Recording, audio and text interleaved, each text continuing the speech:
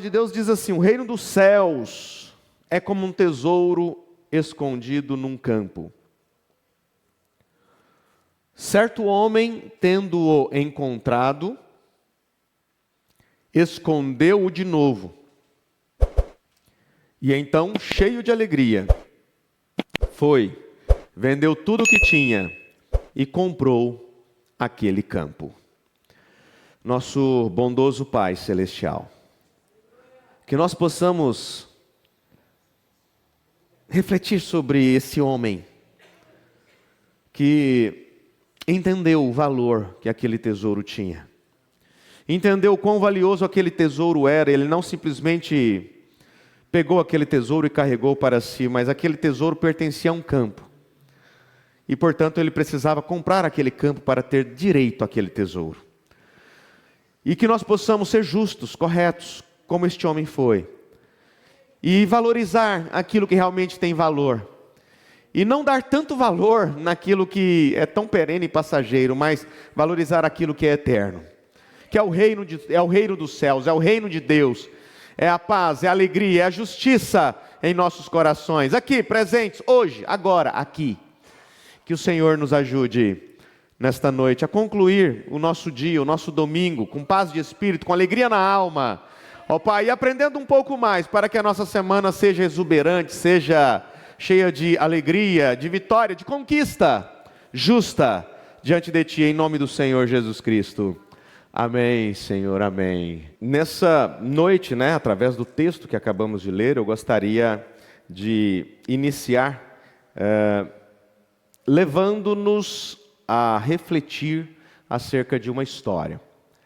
Primeiramente, uma história que consta, nos livros de história e aconteceu muito próximo de nós, aqui no estado de Goiás, ali entre o século 17, século 18, quando os bandeirantes ainda saíam ali da região de São Paulo para vir para o centro, o centro do país, em busca de metais preciosos, em busca de escravos, de pessoas para trabalharem pela comida, pela moradia. Então, diante desta história, quando os bandeirantes saíam e vinham e aqui se refugiavam e aqui encontravam às vezes aquilo que eles queriam. Um deles é o Bartolomeu Bueno da Silva. Alguém já ouviu falar desse homem? Aí você conhece a história? Conhece, Guilhermino? Que maravilha! Bartolomeu Bueno da Silva, um dos bandeirantes que veio aqui para o estado, que hoje é o estado de Goiás, e a então Vila Boa, ali onde está a cidade de Goiás, onde está a casa de Cora Coralina, onde corre ainda as águas do Rio Vermelho, E então, quando ele chegou ali naquela região, aquelas proximidades, os indígenas estavam muito adornados com ouro, bastante ouro. As indígenas, elas se penduravam no ouro, bastante ouro mesmo. Não era bijuteria, viu? Não era falso, não era aparência de ouro, não era banhado a ouro, era ouro mesmo. Imagina quanta riqueza esse nosso estado já possuiu, e ainda possui, mas onde que vamos chegar com esta história? Porque esse homem, Bartolomeu Bueno da Silva, ele passou a ser chamado de Anhanguera, por um motivo. Essa palavra Anhanguera, ela da língua local, tupi, Tupi-Guarani, é historiador aqui, ela significa diabo velho, ou espírito maligno. Então, é interessante, a gente às vezes saber, não é isso, Rodney? Diabo velho ou espírito maligno, porque quando ele viu aquelas indígenas cheias de ouro, colares, brincos, pulseiras, Acho que esse povo brincava até com ouro, né? Fazia do ouro durepox, né? Colar. Isso é exagero meu. Mas era muito ouro, gente. O ouro era chamado de ouro. Como é que fala quando o ouro está no rio? Aluvião. É aluvião? O Guilherme. Aluvião, não é? O ouro era aluvião. Sabe o que significa isso? Você está nadando ali nas margens do Rio Vermelho e de repente você fala, ouro. 4 gramas de ouro, 10 gramas de ouro, 15 gramas de ouro, né? Então, quer dizer, a riqueza dessa terra é gigantesca. O homem que simplesmente saqueou, né, a riqueza que essa terra possui, e possui ainda, né? Agora, quando ele chega, ele vê. E ele tem um interesse, ou seja, o tema de hoje é quando os fins justificam o meio. Então, a finalidade deste Bartolomeu e vários outros bandeirantes que vieram para a região de Minas, aqui do estado de Goiás também, era isso, era conseguir metais preciosos, era levar ali para a região de São Paulo metais preciosos para negociarem, levar pessoas para trabalharem. Então ele vê aquilo e fala, é aqui.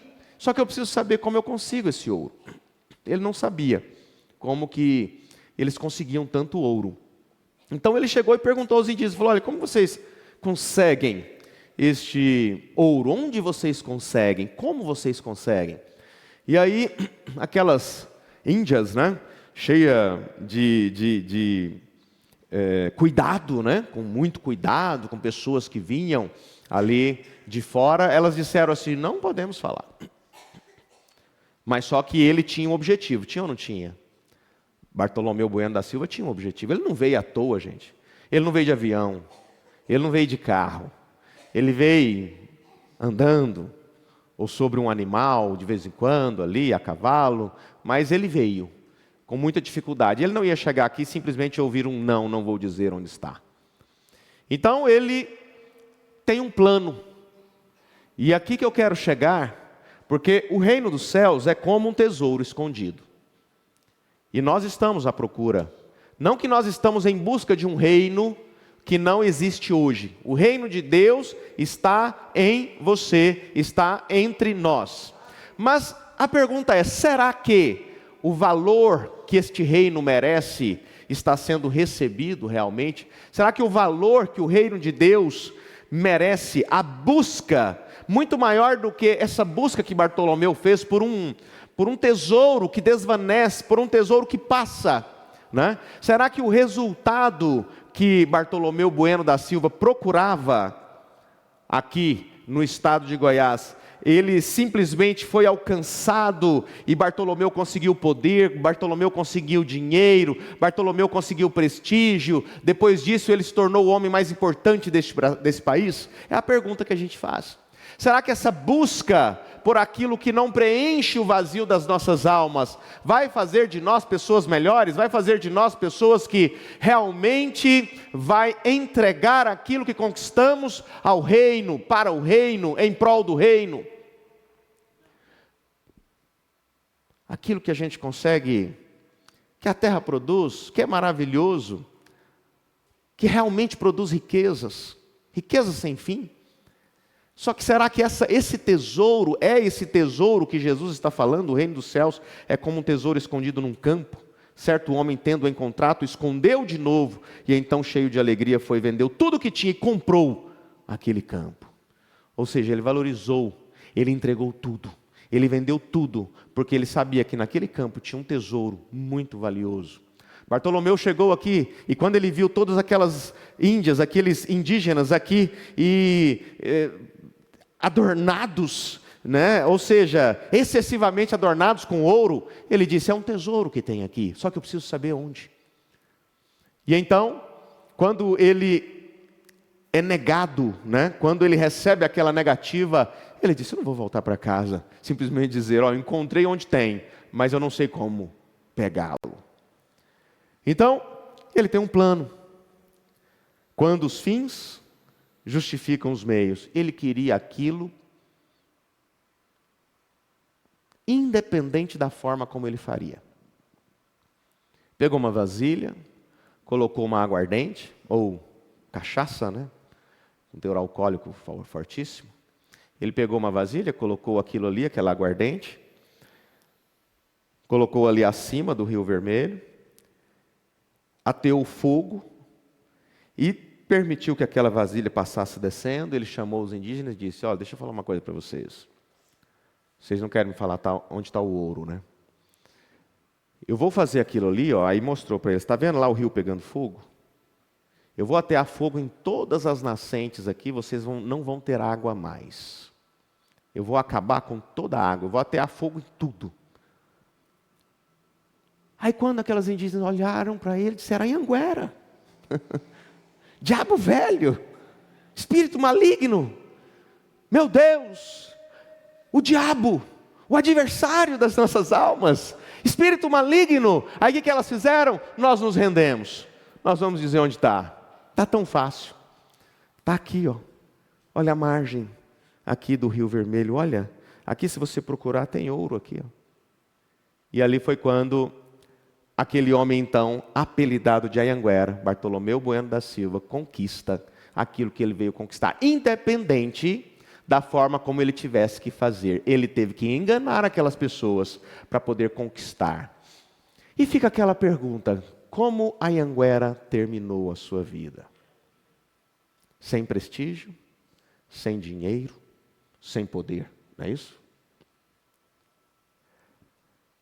Aí fica a pergunta, às vezes, que deve ser feita àquela mulher, aquele homem que conquistou algo na vida. A pergunta não deve ser assim: o que você conseguiu? Como foi que você conseguiu? A pergunta certa para Bartolomeu Bueno não era: o que foi que você conseguiu lá, Bartolomeu? Consegui ouro. A pergunta era: como você conseguiu? Enganando, passando a perna, mentindo. A pergunta que eu faço hoje à noite para mim e para você é: como você conseguiu aquilo que você conseguiu até aqui? Porque quando os fins justificam os meios, nós temos que entender que os resultados, né, que é os fins, é os objetivos, quando nós vemos resultados sendo alcançados, nós temos que entender que nem todos os resultados positivos alcançados contêm ali a aprovação de Deus. E quando nós vamos para a Bíblia, a gente vê Abraão, lá no Gênesis. Abraão recebe a promessa de um filho. Qual que é o fim? Não está aqui na tela, mas qual que é o fim? Qual a finalidade da vida de Abraão? Gerar um filho, é ou não é? A finalidade é gerar um filho. Agora, justificaria para Abraão e Sara um método, um meio diferente daquele que Deus disse que ele chegaria ao resultado? É aí que nós vamos compreender o porquê deste tema. Quando os fins justificam os meios. Abraão tinha a finalidade de gerar um filho com Sara. Qual que é o objetivo final? Qual que é o resultado esperado de Abraão? Um filho. Com quem? Com Sara. Abraão, você conseguiu o filho? O que ele vai dizer? Sim. Abraão, agora eu vou fazer a pergunta que Deus faria. Abraão, como você conseguiu?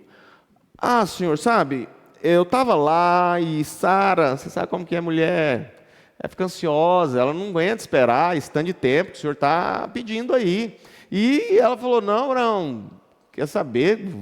Não sei o amanhã, né? Não sei o que será do amanhã. Tem aí essa serva egípcia aí, você vai, né, ter esse filho através dela. E ela me substitui nessa empreitada. Resultado foi positivo? Positivo no sentido de ter o filho. Positivo no sentido de ter o filho. Mas agradou a Deus? Então nem todo resultado positivo agrada a Deus. Por quê? Porque tanto os meios, os métodos usados para alcançar um objetivo, um resultado, precisam honrar a Deus, quanto os resultados. Ah, não, mas o resultado está honrando a Deus. Mas qual foi o meio que você alcançou aquele resultado? Foi mentindo. Você chegou num resultado favorável? Sim, cheguei. Num resultado positivo? Sim. Você alcançou a promessa? Sim. De que forma? Por meios ilícitos, duvidosos, ilegítimos. Um dia, o Espírito levou Jesus ao deserto para ser tentado pelo diabo. O que o diabo ofereceu para Jesus foi legítimo. Ele ofereceu para ele primeiro comida. Comida é legítimo? É uma finalidade necessária para o nosso corpo? Mas a forma como ele estava oferecendo, o meio pelo qual Jesus precisava conseguir aquela comida, Jesus não quis simplesmente ceder ao diabo aquilo que o diabo estava propondo. Ele ofereceu todos os reinos deste mundo, está em Mateus capítulo 4. Ele ofereceu para Jesus todos os reinos, ele ofereceu para Jesus reinar. Só que ele ofereceu para Jesus reinar sem que ele passasse pela cruz. Qual que é a forma que Jesus iria reinar? Ele ia realmente assentar-se no trono de Davi para sempre e eternamente, através da cruz do Calvário, somente através do Cordeiro real, sendo sacrificado por toda a humanidade, ele realmente cumpriria aquilo que ele veio para cumprir e realizar. Então Jesus alcançaria sim o reino de todo o mundo, né? Os reinos de todo o mundo, mas só que de uma forma ilegítima e portanto não estaria agradando ao Pai. A gente vê Saul ali tentando fazer algo para agradar as pessoas quando ele estava diante daquela batalha, e Samuel não chegava. Samuel disse que viria, mas ele não chega. Então aquelas pessoas começam a falar para Saul: Saul, oferece o sacrifício que você tem que oferecer, que Samuel ofereceria. Oferecer sacrifício naquela situação era algo que era pertinente, era justo. Só que Saul não deveria ter feito. O meio. Quando a gente olha para isso, quando os fins justificam os meios, qual que era a finalidade? Oferecer sacrifício. Samuel tinha marcado com Saul lá, falou: espera 7 dias, eu vou chegar, vou oferecer. E Saul fica assim: mas será? Parece que Samuel esqueceu, deve ter se atrasado, alguma coisa aconteceu, né? Então, o que eu vou fazer? Eu mesmo vou, o meio, a forma, a ação de Saul desagradou a Deus. Por quê? Porque não era para ele oferecer, era para Samuel oferecer. Ah, os filhos de Arão morreram porque ofereceram incenso. Mas não é correto oferecer incenso? É correto sim. Mas o meio, a maneira, a forma, a ação usada no processo foi errada. Então, gente, quando os fins justificam os meios, muito provavelmente isso significa sucesso, resultados positivos, sem caráter, e isso vai terminar em ruína. Todos os exemplos bíblicos daqueles que cederam ou daqueles que não cederam, os resultados daqueles que não cederam, como Jesus, simplesmente não negou a cruz para alcançar todos os reinos. E quando a gente olha para José, que simplesmente mantém a sua integridade, José mantém a sua integridade. Qual que era o objetivo? Qual que era o fim?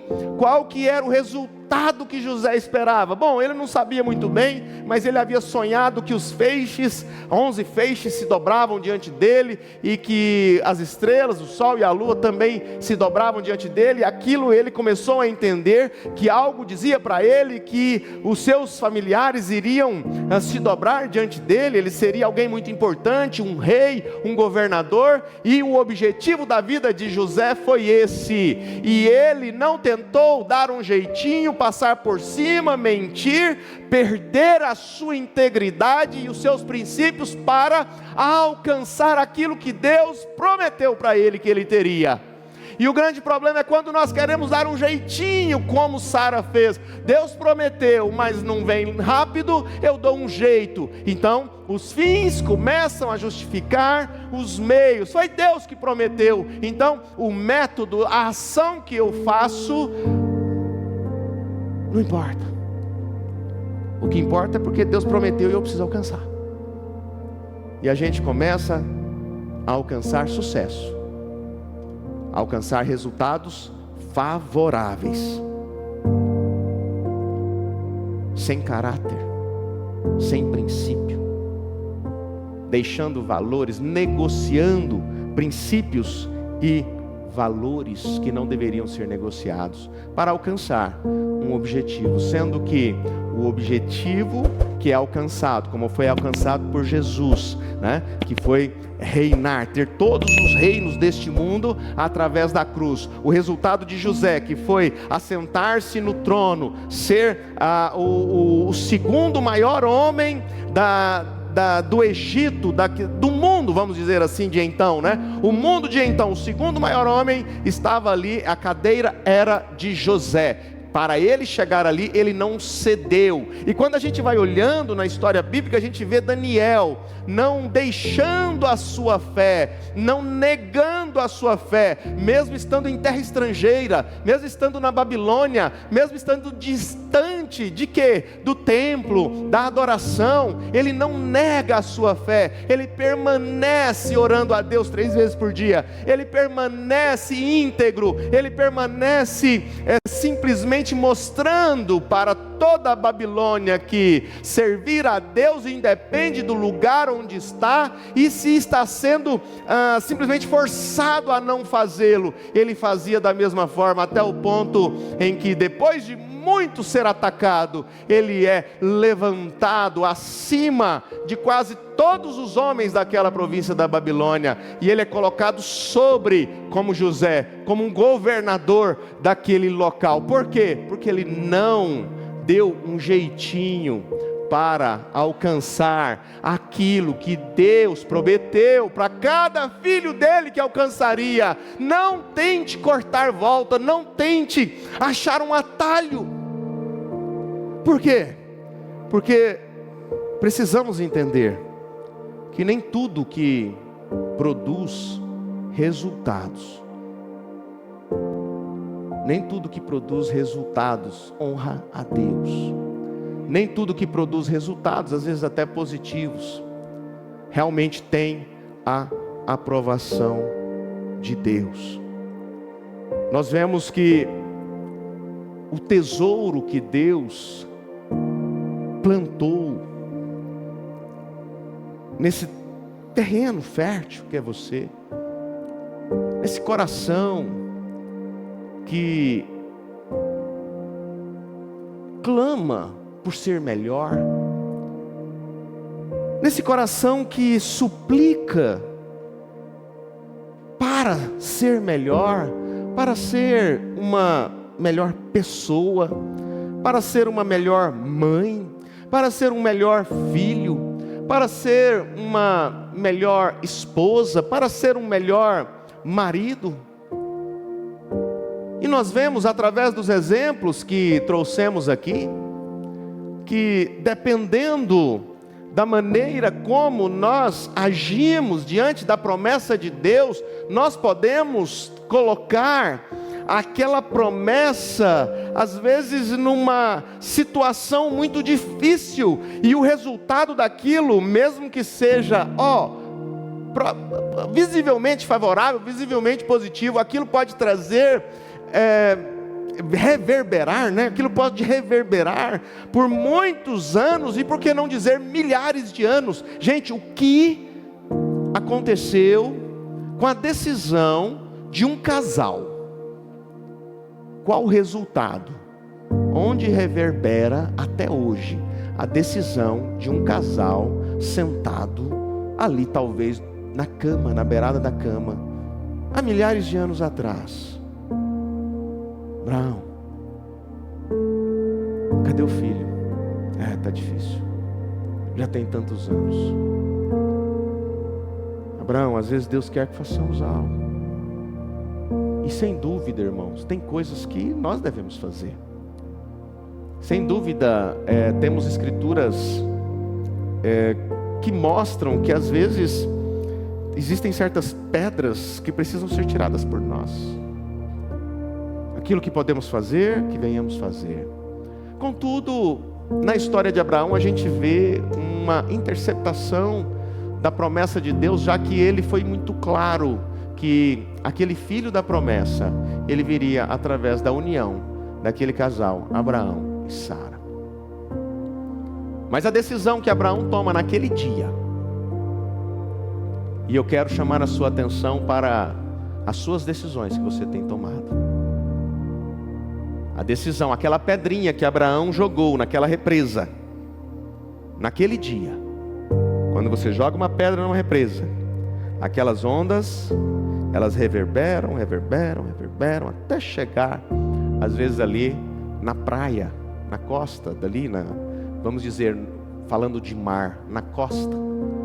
Quando acontece um terremoto além mar, no meio do mar, e aquelas águas simplesmente se tornam turbulentas, às vezes placas tectônicas se movem ali nas mais profundezas possíveis, mas mexe muito com aquelas águas do oceano, e de repente ali forma uma grande onda, ou não tão grande assim, mas aquela onda, ela vai reverberando, e ela vai ganhando volume, até que ela encontra a costa, até que ela encontra a praia, e ali é onde as notícias começam a dizer, um tsunami. E às vezes as nossas decisões causam tsunamis, reverberam longe.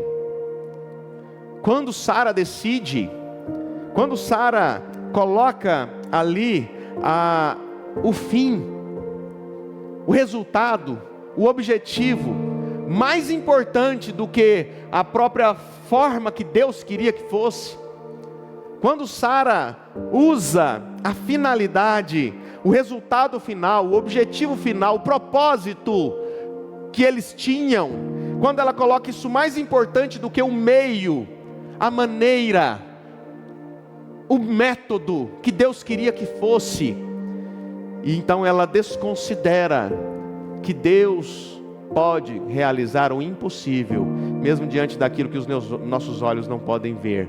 Então a gente simplesmente faz algo que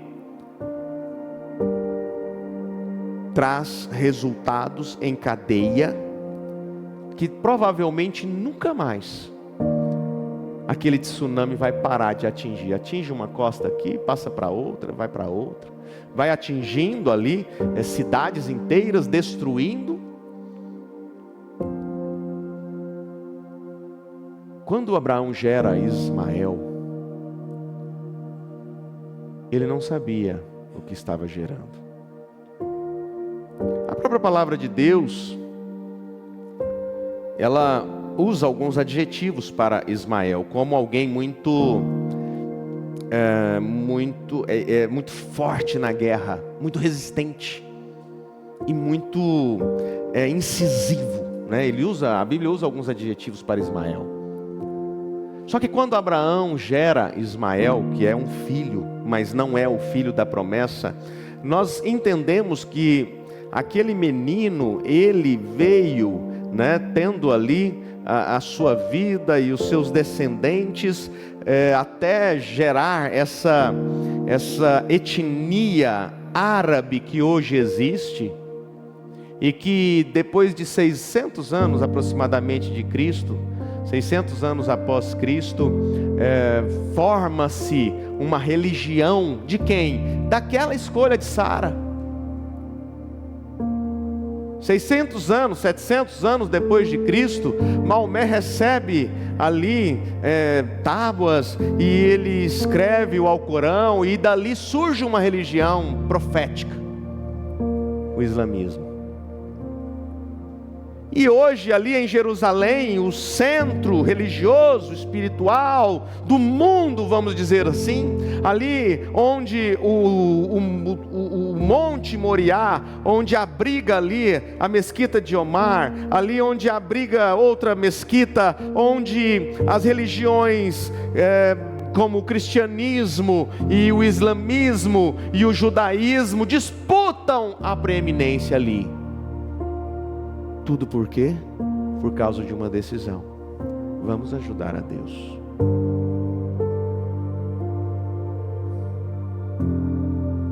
A decisão de Sara reverbera em você. Pode prejudicar ou ajudar. A decisão de Sara, a decisão de Abraão, a escolha, né? A proposta de Sara e a decisão de Abraão hoje afeta você, afeta a mim.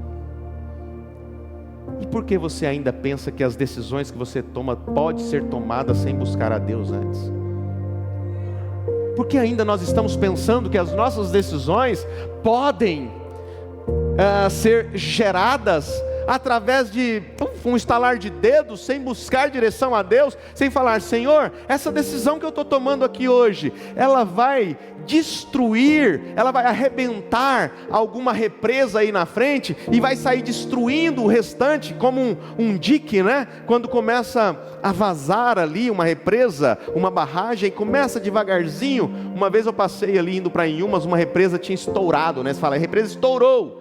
Ela varreu o asfalto, ela simplesmente passou pelo asfalto, ela tirou, limpou, e ela vai embora, destruindo tudo dali para baixo. Nossas decisões são como o estourar de uma represa. Uma mudança, uma separação. Ah, vou separar, o que foi? Nossa, você precisa ver, ele não escova os dentes. Um bafo. Por que você vai separar? É por causa do chulé. Ela tem um chulé que é insuportável. Ah, é? Por que não está dando certo? Porque ele não quer fazer o que eu quero. Eu quero que ele faça e ele não faz. Ah, é? Mas por que não está dando certo? O que foi? Ah, terminou? Acabou? O que foi? Tantos anos. Você já parou para pensar que essa decisão pode ser como uma represa estourada, destruindo não só filhos, como netos, bisnetos, e chegar lá na frente e falar assim: quem é o fulano e a fulana que parece que trouxe esse opróbrio para a família toda? Estranho. Onde foi que começou, mãe? Começou lá no vovô Gumercino. Foi, mas foi quando ele tomou uma decisão. Dali para cá, a nossa família nunca mais foi a mesma. Agora, que gostoso é quando um filho pergunta: pai, por que a nossa família é tão agradável, tão unida assim? Sabe, vou te contar. Lá, 4 gerações atrás, existia uma pessoa chamada fulano, que estava vivendo momentos tão difíceis, e chegou ao ponto de tomar uma decisão que afetaria toda a família, mas disseram: não, nós vamos tomar a decisão, orando a Deus, pedindo direção, para que não seja para o nosso benefício, mas para que seja o benefício da nossa posteridade. E hoje, filho, a gente usufrui. Eu não sei nem o nome dele mais, não tem foto dela, mas por causa deles, hoje a nossa família tem uma cultura diferente. Ah, pastor, mas o senhor está falando aí de uma cultura legal, de algo que foi feito lá atrás, que ajudou a família lá na frente, que estancou o vazamento da represa, mas no meu caso, a minha família parece que só trouxe opróbrio. A minha família parece que só o exemplo da minha família não é bom a ser seguido. Ah, isso é uma boa reflexão. Talvez chegou a hora de você fazer a diferença. Talvez chegou a hora de você quebrar este ciclo. Talvez chegou a hora de você dizer: peraí, acusador, adversário, inimigo, diabo velho, você está querendo me enganar? Você vai botar fogo nos rios? Não acredito que você está tentando me enganar, diabo velho, espírito maligno, Anhanguera. Só que elas caíram, né? Eles caíram. Só que por que nós estamos contando essa história hoje? Não caia nisso, não. Não entrega o seu ouro. Não entrega o seu ouro. Não entrega o seu tesouro para o diabo velho. Não entrega aquilo que é teu, só você sabe onde está. Não abra o seu coração para o diabo velho. Não abra a sua alma, não entregue aquilo que você tem de mais precioso ao espírito maligno, ao Anhanguera.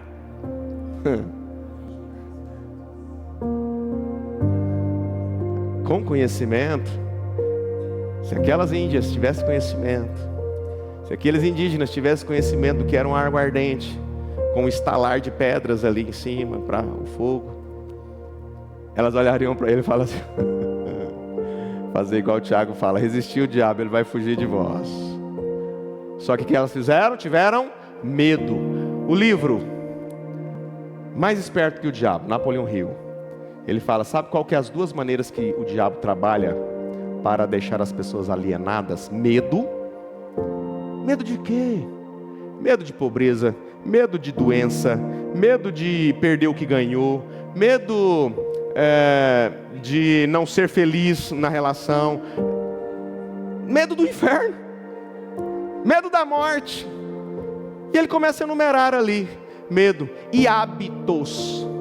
Você sabe que certos hábitos, o Anhanguera, estou falando Anhanguera, agora quando você pegar a vista Anhanguera, você vai, oh meu Deus, eu estou na Anhanguera. Tá, deixa isso, mas teve coisa legal aí na história, viu? Eu contei só a parte ruim. Mas teve coisa boa também na história, né, Rodney? Eu contei a parte ruim. Não, e parece que ele tá lá na Anhanguera, não tá? Tá, não tá? Ah, mas eu vou sair daqui e vou pichar. Não vou não, né? Que da cadeia.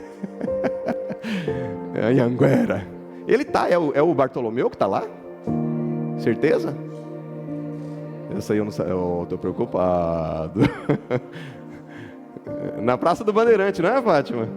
Tá lá, ó, Praça do Bandeirante, tá lá o Bartolomeu. Gente, mas eu tô contando a parte, eu não tô dizendo que ele seja o próprio, tá? Entenda, eu tô usando a história pra gente entender. Hã? Ele pode ser primo, né? Pode ser primo de algum de vocês, vai, né? Primo do Bartolomeu, tá aqui? Levanta a mão, por favor. Não tá? Continuemos a pregação, então. Bom, gente, olha só. Nós não podemos entregar aquilo que nós temos de mais precioso. Porque nós temos o quê? Conhecimento. E quando a gente entende que quando os fins justificam os meios, realmente o sucesso é alcançado sem caráter. E isso leva à ruína, como Bartolomeu morreu pobre, sem poder, sem honra. Por quê? Porque ele procurou por um tesouro apenas. Que tesouro? O tesouro que não preenche aquilo que hoje você está aqui procurando, que é simplesmente viver o reino de Deus todos os dias. Então quando o inimigo ele coloca muito medo, porque medo é uma emoção nativa e ela precisa realmente existir, mas quando o medo começa a ser muito grande, né? Pavor, fobias e aquele medo de morrer. Nossa, um medo de morrer, por quê? Um medo do inferno. Por que você vai na igreja? Porque eu tenho medo do inferno. Gente, qual o objetivo que você procura a Deus? Medo de me perder eternamente? Não, o objetivo de procurar a Deus não é medo. O objetivo de procurar a Deus é pelo prazer que Deus dá para você, de vida, de abundância, de alegria, de prazer, de gozo.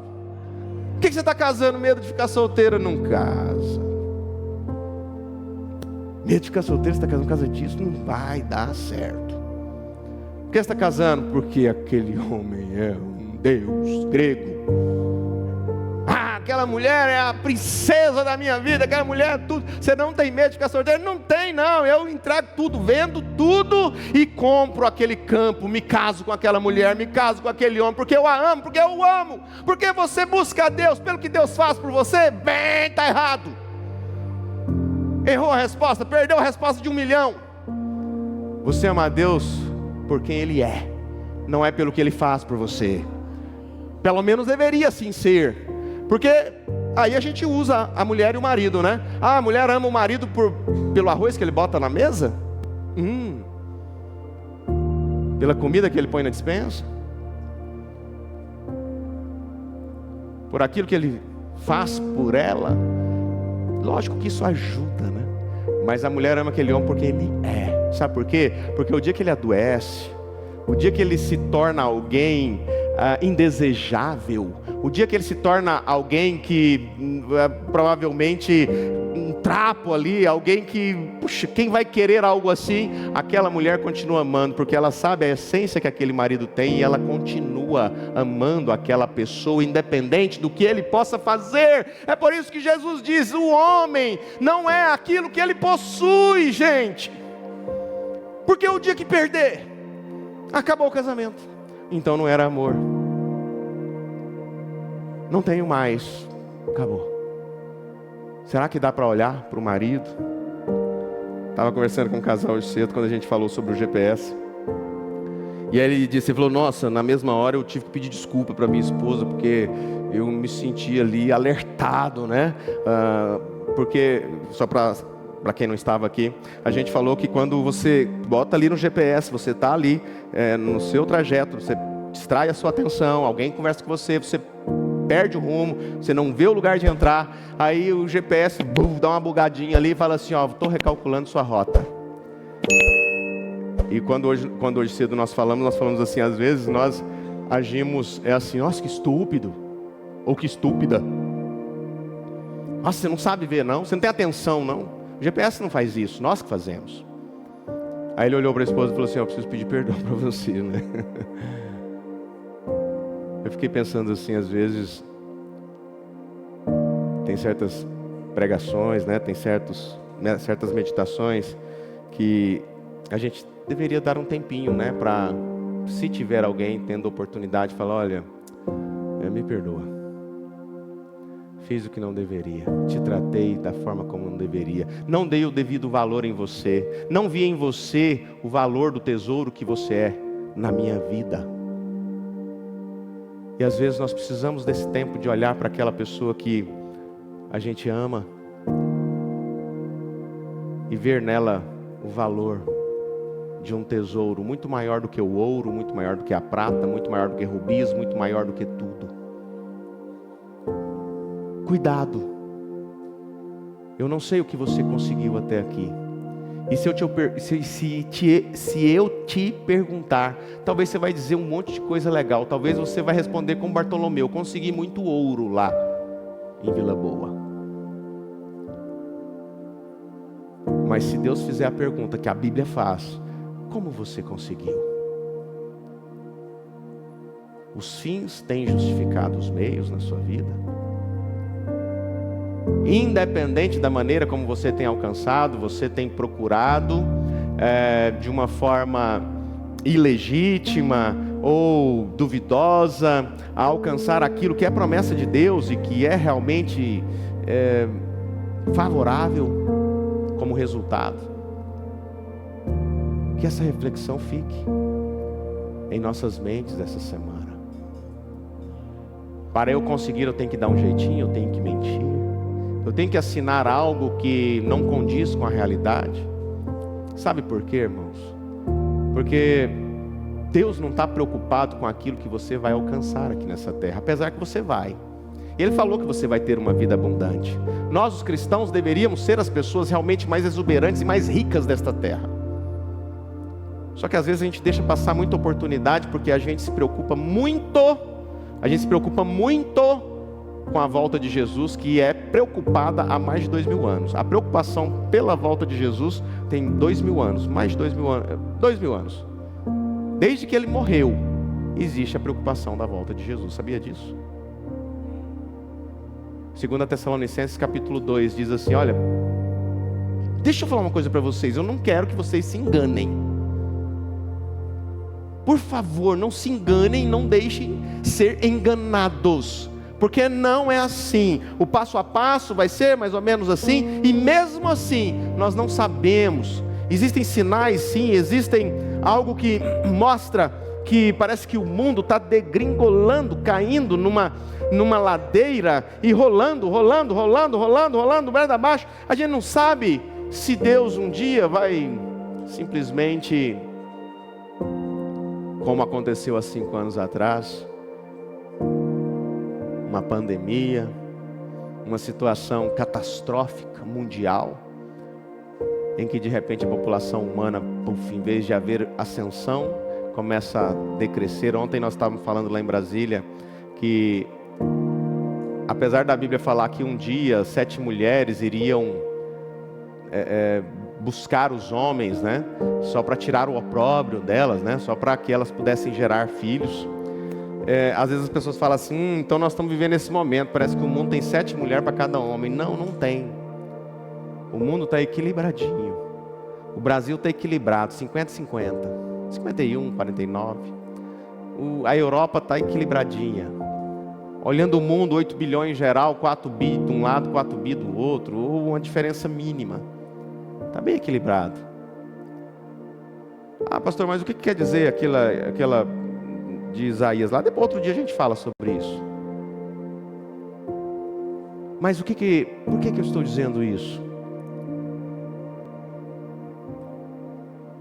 Porque de 1920 até 2020, a população subiu de 2 para 8. É isso mesmo, Rodney? 2 bi para 8. Ou seja, 4 vezes mais. 100 anos. Vamos projetar 2120. 8 vezes 4, 32 bi. Provavelmente o mundo não suporta. Só que está acontecendo uma coisa. E já está sendo projetado isso. Para que o mundo possa prosseguir, pelo menos dobrar 1 para 1. 1 para 1. Dobrar. Um virar outro. Só. Um vira um. Um vira um. É preciso que cada família pelo menos tenha 2 filhos. E talvez vocês já saibam, já estejam vendo que a média de filhos hoje é 1 vírgula alguma coisa, ou seja, menos de 2. E que provavelmente daqui a 100 anos a população, se depender apenas olhando para um cenário razoável, bom, legal, sem muito terremoto, sem muito tsunami, sem muita pandemia, sem muita coisa, esses próximos 100 anos, a população simplesmente vai só... Não, ela não vai diminuir, ela vai de 8 para 10, para 12. Mas se nós olharmos uma situação menos razoável, menos favorável, com pandemias, com guerras, muito provavelmente daqui a 100 anos nós tenhamos menos do que 8 bi. Sabe por que eu estou dizendo isso? Não preocupa com densidade demográfica, não. Sabe por quê?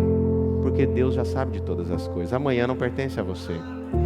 Não fica preocupando muito se ele vai voltar amanhã, semana que vem, daqui 1 ano, 2 anos, 100 anos. Não preocupa, sabe por quê? Porque se você tem ele no seu coração, acabou. Vai trocar só de presença, né? Porque a presença dele está em você e de repente você vai apreciar a face dele, né?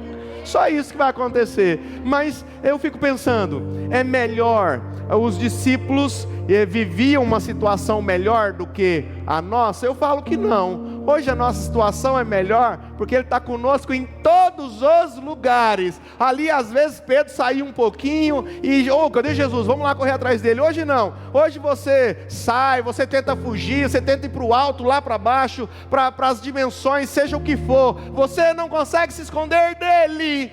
E isso é bom, porque Ele está te monitorando, Ele está te vendo em cada decisão, em cada palavra. E uma coisa interessante que Ele está vendo em você, o quanto você tem tentado ser melhor. Gente, se tem gente aqui que não está tentando ser melhor do que sábado, que foi ontem, não tem jeito. Ontem foi bom, você estava legal? Estava. Hoje você tem que tentar ser muito melhor. Pastor, e amanhã, segunda-feira? Se você permitir que você seja o mesmo de hoje, você não está tendo uma transformação que precisa ter. Você não está crescendo como deveria. Amanhã, segunda-feira, você precisa ser melhor. E eu peço para ficar de pé. Somente aqueles que amanhã serão melhores do que hoje. Hoje nós temos 2 grávidas aqui. É? Bebê? Também? É que tem uma aqui também.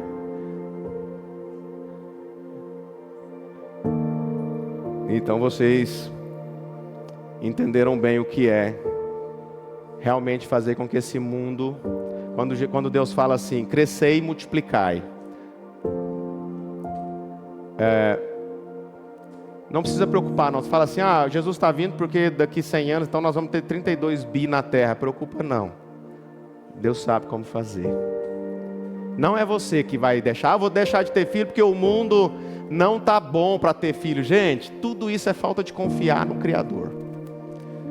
Eu não vou construir porque Jesus está bem ali, as portas estão vindo. Constrói.